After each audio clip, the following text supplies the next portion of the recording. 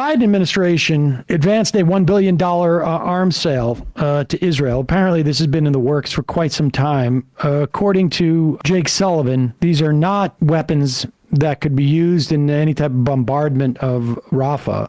It's still sort of stunning where you have Jake Sullivan going out and saying that, play this clip of Jake Sullivan saying, not a genocide. Before I take your questions, I want to step back and make some comments on the latest developments in the Middle East. There's been a lot more heat than light in the recent coverage and commentary about the war between Israel and Hamas. So I want to take a moment today to get back to basics and lay out the administration's view. Here is how we see it. One, this is a war between the State of Israel and the terrorist group Hamas, whose mission is to annihilate Israel and kill as many Jews as they can. The war began on October 7th when Hamas massacred 1,200 people and took more than 200 hostages. There was a ceasefire in place on October 6th. Sinwar broke it.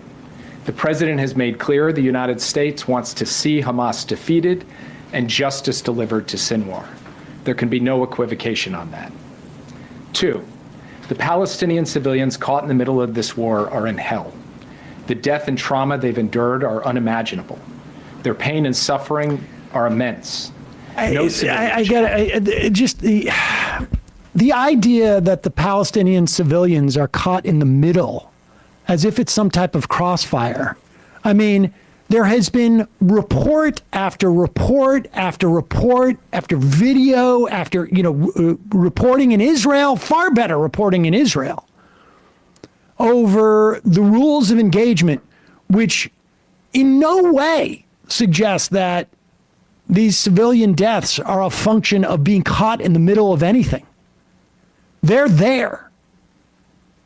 The idea that you could level 80% of the housing in the Gaza Strip, 80% of housing for over 2 million people, to get at the 20, 30, even 40,000 Hamas fighters is just simply absurd. It's just like simply absurd. No one believes this. No one believes this. And never mind the idea that somehow this all started October 7th. I mean, it's just absurd. It's just absurd. This has been an ongoing conflict for decades. And this is just simply the most recent iteration of it.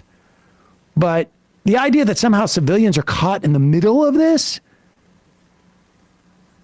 it's just absurd. It's an absurd claim. But continue. Imaginable. Their pain and suffering are immense. No civilian should have to go through that. This is on the president's mind every day.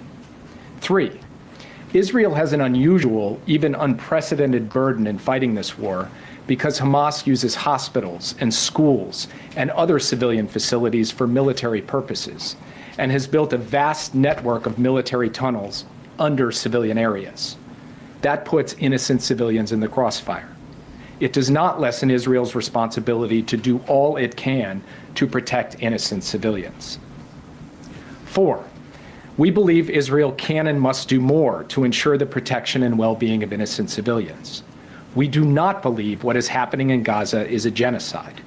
We have been firmly on record rejecting that proposition. Five, the United States will continue to lead international efforts to surge humanitarian assistance throughout the Gaza Strip because innocent civilians should never go without food, water, medicine, shelter, sanitation, or other basic necessities. Active diplomacy by President Biden has made a considerable difference in getting more aid into Gaza. Now we are redoubling that diplomacy to press the key actors, including Israel and Egypt. I discussed this issue with my Israeli and Egyptian counterparts yesterday. Wait, did he? The idea that this is not. It's amazing to me that 3 months ago they could say we know it's not a genocide. We need to it's with the ICJ. Why would they use that language with regard to Russia and Ukraine and not this? And how could they make that assessment now? All of a sudden, they can make that assessment. It's still at the ICJ. This from Haaretz, May 14th. We must settle Gaza now. Netanyahu ministers join the Israeli far-right march to Gaza, demand Palestinian expulsion. I'm going to read a little bit of this. If you've done any studying of the Holocaust, some of this may, I don't know.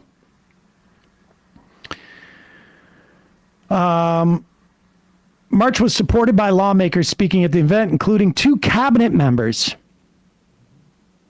Communications Minister Shlomo Karhi was a member of Prime Minister Benjamin Netanyahu's Likud party, and National Security Minister Itamar Ben-Gvir of Otzma Yehudit. Israeli, okay. In order to preserve the security achievements that our soldiers have lost their lives for, we must resettle Gaza with security forces and settlers that will embrace the land with love, Karhi said. Likud party. He said that this is the only real way to make the Hamas Nazis pay a price and defend our nation and our country.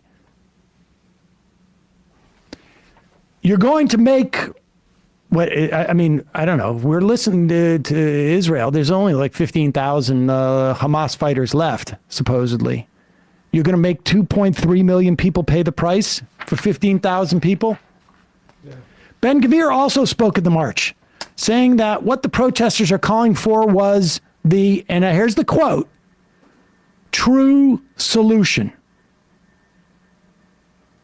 The true solution. I mean, if you've studied the Holocaust at all, you know why that might resonate with you. First, he said, we must return to Gaza now. We are coming home to the Holy Land. And second, we must encourage emigration. Encourage the voluntary emigration of the residents of Gaza. It is moral. That also, if you've studied anything about the Holocaust, might also resonate with you. Far-right minister also added that he stated opposes transferring humanitarian aid to the Gaza Strip, saying, want humanitarian aid? Want food for the children in Gaza? Then they should return the young Israeli hostages. Want women in Gaza to have a roof over their heads? Then they should return Shira Bibis and all the other hostages. Now, we know that the Netanyahu negotiators have been accused by the United States not even having the authority for this. All the reporting that's coming out of this is that Netanyahu does not care about the hostages. I mean, you've seen Israeli far right say the hostage families need to shut up because we have a job to do.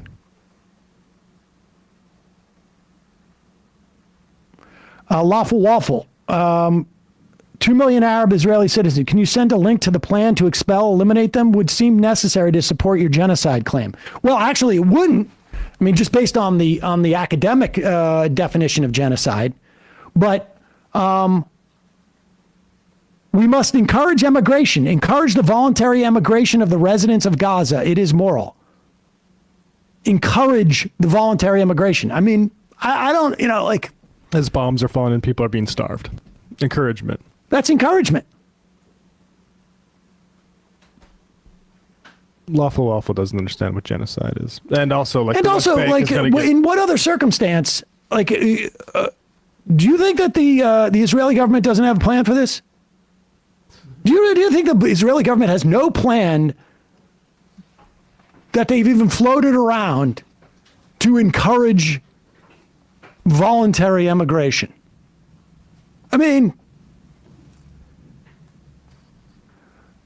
as of April 15th, United Nations report said that 62% of all homes have been destroyed in Gaza. That was a month ago. And I imagine their tally does not go up to April 15th, that they, their tallying is a rolling tally. I mean, more than 1 million people are without homes a month ago. it's just absurd. Like what's the bar here? But would it make you feel more comfortable to just say like massive ethnic cleansing? Right. Huge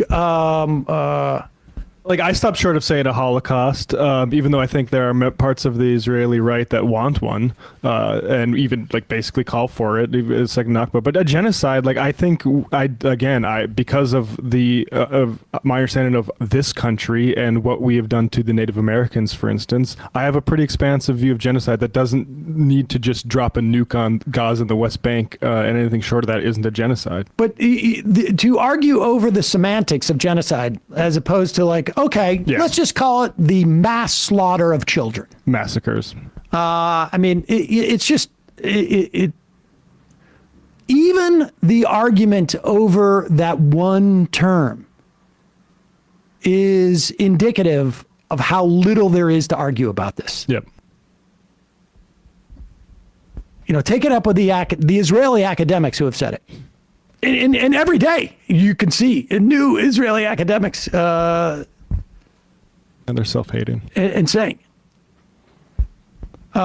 here are, well, you remember the images of all these crazy college kids who have been protesting, daring to set up a tent on the quad, and the cops coming in and beating them. Do you imagine if they were interfering with some type of like real government effort in terms of like trying to save lives? Well, you would imagine that the police and the authorities would come out and do something about it. Well, not when it comes to Israelis destroying aid intended for Gaza. This is at the Tarkuma crossing at the West Bank.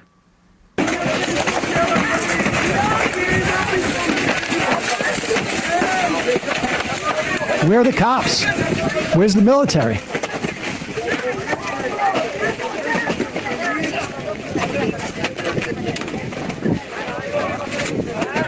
Bunch of young men.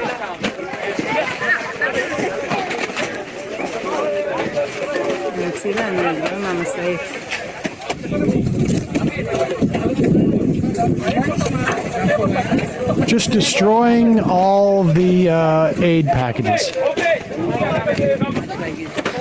Yeah, but the what was that dining? I forget that company where they were shot. Big thing a month ago. The aid workers that were killed. Oh, the World Central Kitchen. World Central Kitchen. Yeah, I'm sure that was an accident. I mean,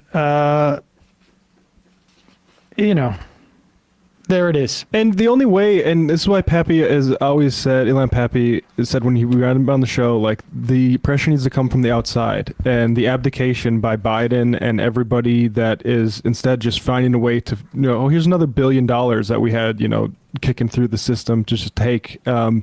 It's support for this. There are letters actually written by teenagers who are in jail in Israel for refusing to serve in the IDF because of this attack on Gaza, who are begging Joe Biden to do something. Take the keys away from this drunk driver, essentially. Hey, folks, don't forget to hit the subscribe button and check out our daily show. We do it every day at 12 p.m. Eastern for about 2.5 hours. We even take phone calls. You should check that out.